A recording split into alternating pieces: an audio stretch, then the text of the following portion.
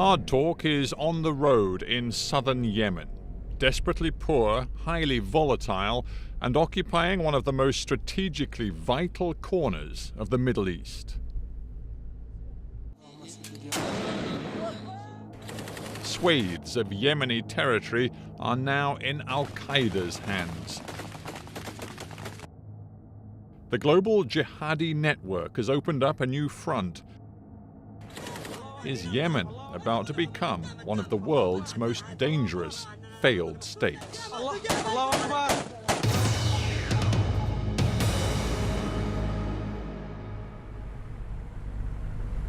Aden, Yemen's port city.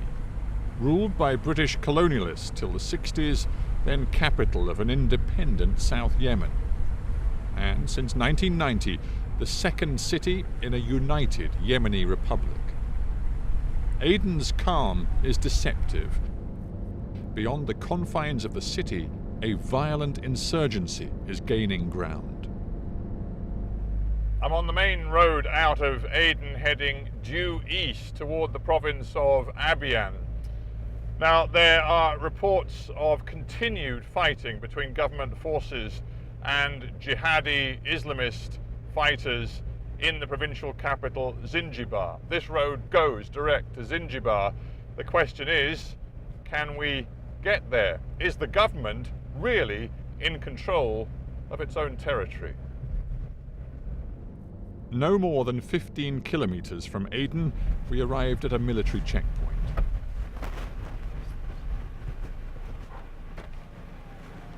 صباح الخير. نحن نروح زنجبار. It's okay? We were ordered out of our vehicle. The local commander told us we could go no further. لا خطر ولا مش خطر؟ لا خطر. هناك تنظيم قاعدة. الأرض ملغم.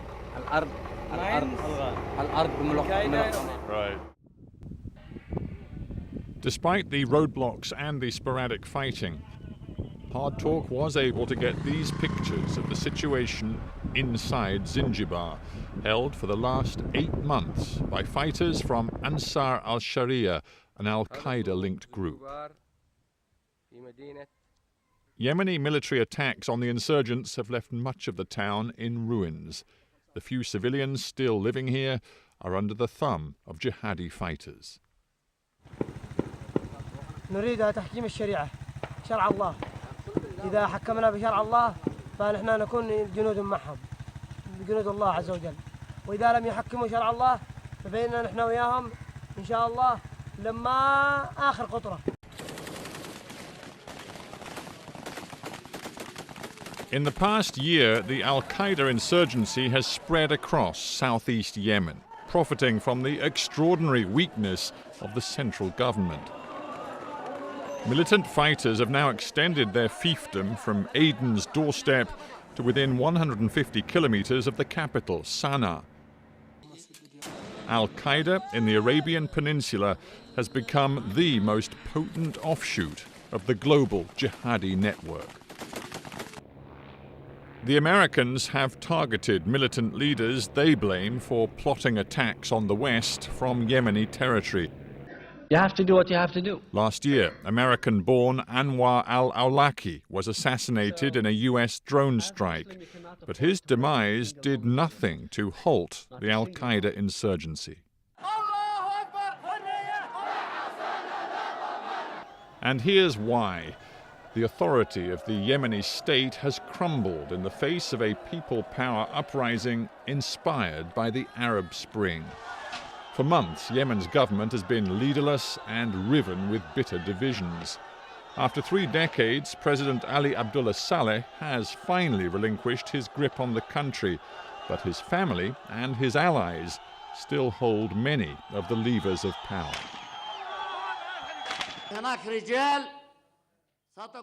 In the past, Saleh used the Al-Qaeda threat as a means to garner Western support, and many Yemenis believe the Sana'a government is still playing that same old game. Mullah Zabara is a tribal leader with family ties to Al-Qaeda insurgents. and close contacts with the government. He and his entourage have in recent months been involved in efforts to negotiate an end to the conflict. Mullah Zubara, welcome to Hard Talk. The Yemeni government says that it's fighting a war against Al-Qaeda insurgents in this country. If it is a war, whose side are you on? فاليوم حصلت القاعدة فرصة أن تنتشر، فأنا ضد كل الحروب، ضد الحرب اليمني فيما بينه البين، وضد الإرهاب، وضد كل شيء. فنحن أهل اليمن أهل الحكمة ندعي للسلام ونفاوض السلام ونحاول السلام، لا هناك نشجع أي حروب أو نكون أطراف فيها، بل نحاول على وصول إلى السلام لبلدنا ولشعبنا الكريم. The reason I ask you about Al-Qaeda is because you do have close links with people who were in and are in Al-Qaeda inside Yemen today. For example, I think you knew Anwar al-Awlaki well in this country before he was killed by the Americans. I think you also are linked by family to Fahad Kusa, who is obviously an important figure in Al-Qaeda today. Many people believe that you have sympathies with these people. Do you? أنا ليس متعاطف مع القاعدة على الإطلاق، بل أنا رجل من وجهاء القبيلة ومدعي، فنتوسط نحن وننفع نحن ننفع، وحيث ما وجدنا أننا نبعد سفك الدماء نحاول أن نبعده. أنا دعيت المرة الأولى من وزارة الدفاع اليمنية من أجل أكون وساطة فيما بينهم هم والقاعدة من أجل إبعاد الحرب في أبين، فاستمريت في حدود شهر حتى لا ننجح في شيء وخرجت. What we know about the situation here in Yemen is that for years the United States, for example, has offered military support to President Ali Abdullah Saleh, and right now is flying drones in the sky above Yemen, using those drones to kill Al-Qaeda targets, including last year Anwar al-Awlaki. What do you think of that US policy? أمريكا تدعم، وأمريكا تعمل الحبة مع الحصمة، حيث أكد برضه وأزيد في كلامي أن الأمريكان ضرباتهم اللي كانت في اليمن فإنهم قتلوا مواطنين أبرياء، 63 مواطن بري من أطفال ونساء وشيوخ، ولا قتلوا في قارتهم اللي على المعجلة إلا 6 أنفار من القاعدة، والباقي كلهم أبرياء مواطنين ونساء. إيش ذنب الأطفال والنساء والأقنام والجمال والحمير أن يذبحوهم الأمريكان؟ فنحن بشر خلقنا الله من أجل نعيش، لا خلقنا الله من أجل تقربوا أسلحتكم المدمرة فينا، ونكره الإرهاب لما يعتدى على شعوبكم، ولكننا نحن لا نكون عرضة وتجربة لأسلحتكم أكررها مرة ثانية. In your heart, do you believe that there can be peace, real peace and freedom in this country as long as there are a significant number of Al-Qaeda fighters, militants inside Yemen? لا، نحن ضد الإرهاب، ضد الإرهاب هذا، بس نقول لك بصناعة الإرهاب أنها صناعة أمريكان هم اللي جابوه، ولا نحن ضده ونحن نقاتله. نحن كل ما وصلوا القاعدة إلى موقع، وأنتم تعرفوا عبر الصحف وعبر القنوات أني كل ما وصلوا القاعدة إلى موقع أني أنا أحاول أن أدحرهم من أجل ما يكونش في مشاكل، أنه كل ما خطفوا أحد من الأجانب أني أروح أنا أتوسط وأسحبهم. أنتم عارفين في هذا الكلام. نحن ضد الإرهاب ضد القاعدة، لكن ضدها بإيش؟ ضدها بعد ما قدها عندنا ما نقدر لها نحن. Do you believe Al-Qaeda in Yemen today is getting stronger or weaker? في الوضع هذا تتقوى، تمسك مناطق ومراكز رئيسية على طول الخط وتشاهد وتطلع وتنزل وتدخل وتخرج وتعمل تدريبات كاملة من أول كانت محبة. لكن في ظل الوضع الآن مع انسحاب القوات المسلحة من بعض المناطق في الريف، أجت القاعدة ومسكت فيها، تتقوى فعلا. The Al-Qaeda insurgency has generated a new humanitarian crisis in the Arab world's poorest country.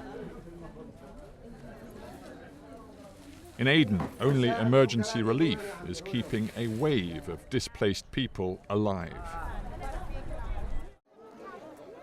The Yemeni state is failing many of its people, none more so than the almost 200,000 who have been forced to flee continued fighting between Islamist, Al-Qaeda-linked forces and government troops in Aden province. And many of those people have ended up here in Aden in temporary accommodation in schools like this one. It would be tough for any country to deal with such an influx, but for Yemen, in the midst of political and economic collapse, it's proving nigh on impossible.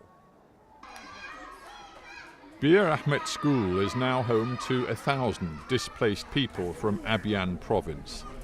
The UN Refugee Agency is doing what it can, but meagre resources are being stretched to breaking point. Refugees like Mansour, Dawla and their 7 children feel trapped, unwelcome in Aden, unable to go home. Dawla, if I can ask you, what were your feelings when you realized that you had to leave, that you had to take your family and leave your home? How did you feel about that? تركت بيتي من الحرب، فوقنا قصف طيران، فوقنا مدفعية، فوقنا كاتوشة، فوقنا وإحنا معي أطفال، ما اضطرني هربت لهنا. As the war came close to your own home, what did you see? What did you hear? وإحنا حتى إحنا ورا بيتنا حشراية ونص من بيتنا حرق، وناس تعوروا جنبنا، وأصحاب القاعدة قال أصحاب القاعدة كانوا قاسين جنبنا، ويقصفوا عليهم طيران. اضطرينا إحنا هربنا. يعني صراحة إحنا خفنا وهربنا. What has it been like for you these last few months living as a refugee inside your own country? يعني الحياة صعبة علينا وقدرنا بيوتنا وصعبة.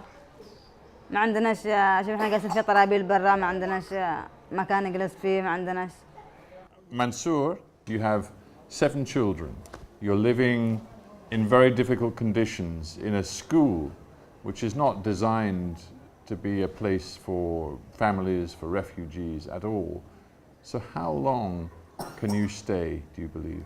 أنا أتمنى الآن في اللحظة هذه لو أدري أن مصيري بيكون بهذا الشكل كنت أتمنى أن أنا أكون أنمت. نحن في الغرفة هذه في بها 6 أسر أو 7 أسر. يعني صعب الأكل، صعب النوم. الآن ينظرون بنظرة ازدراء وكأننا دخلاء على هذا البلد، ونحن رغم أننا يمنيين يجب أن نتآخى ويجب أن نتآلف ويجب أن نتراحم، لكن نحن الآن نواجه حملة شوعاء من قبل المنطقة، على اعتبار أن نحن دخلاء على هذه المنطقة. يجب أن نخلي المدرسة، تعرضنا إلى مشاكل مع المواطنين، تعرضنا إلى مشاكل حتى من يعني القائمين على المدرسة هذه. الإدارة المدرسية اضطرت إنه بهذه اللهجة إذا ما بتطلعوا من البيوت نحن ممكن يعني من المدرسة يمكن يجي نخرجكم بأيدينا. نحن عايشين على مضض، يعني الحياة لا تطاق، إنما مضطرين، ما أمامنا أي خيار آخر. It sounds like you are very disappointed in your own national security forces. You don't feel that they really defended your village, your home at all. أكيد بكل تأكيد الجيش والأمن خيب ظني إذا كان ما يقدرش يعني يحمي مواطن عايش في البلد يعني وتارك كل الثقة على هذه الجهات الأمنية والجيش، يعني ما يقدرش يصد المجاميع، ماذا سيفعل إذا كان في اعتداء خارجي؟ Visitors to the UN Refugee Agency compound in Aden must pass through exhaustive security, and the defences are being reinforced. Yemen desperately needs outside help, but delivering it is a hazardous business. Explain to me where we are right now.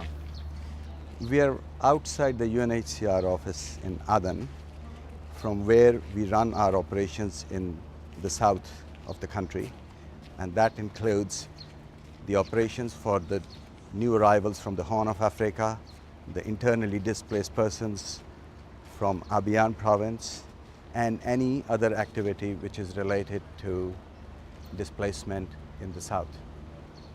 So here we are, outside your UNHCR headquarters in Aden. Why does it look so much like a fortress? This is because of the reason that we are not working in a normal environment. We are working in a very challenging situation whereby the security situation is very difficult in the country.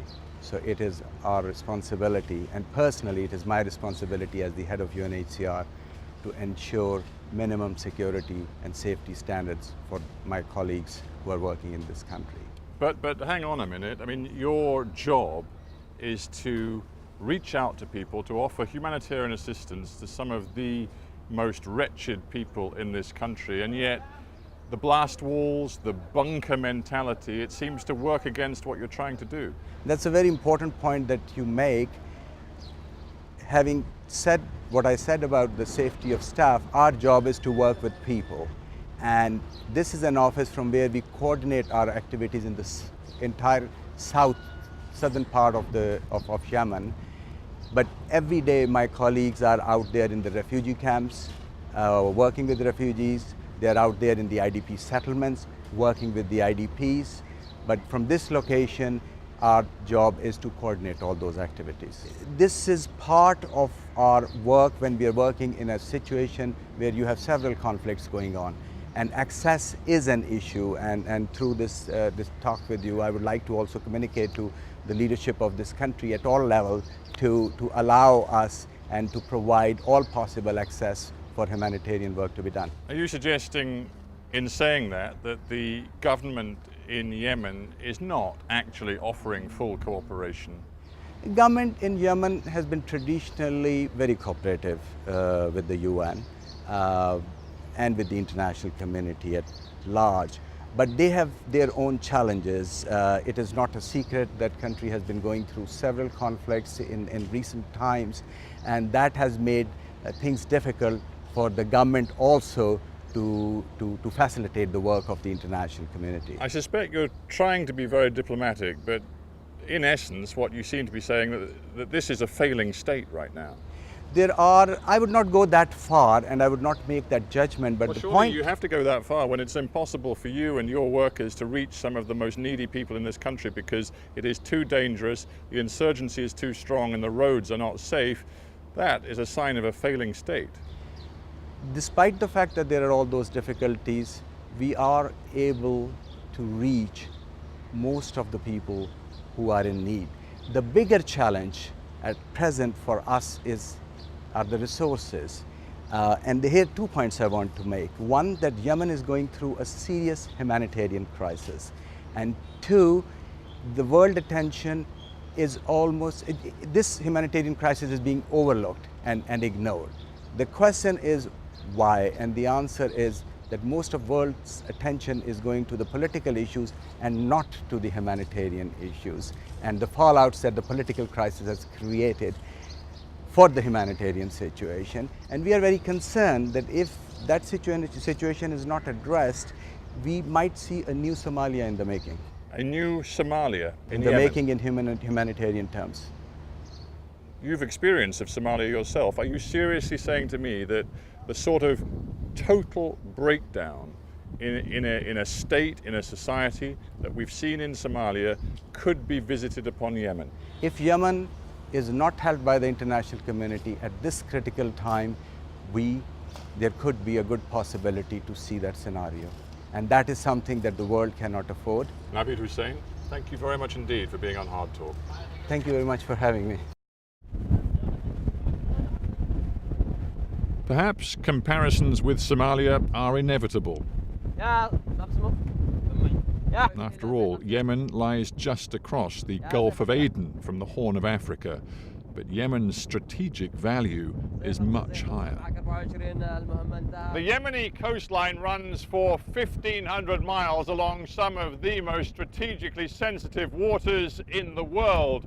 Terrorists, pirates, and refugees, all of them pose a threat to Yemen's security, and leading the effort to combat those threats, the Coast Guard Service, which has just 36 boats and not a single helicopter. For years, the West has offered Yemen's government military backing. from US drones in the sky to UK Navy personnel training the Coast Guard. But as the country descends into chaos, there's a question. Has any of it worked? Lieutenant Mohammed Al-Fassi, welcome to Hard Talk.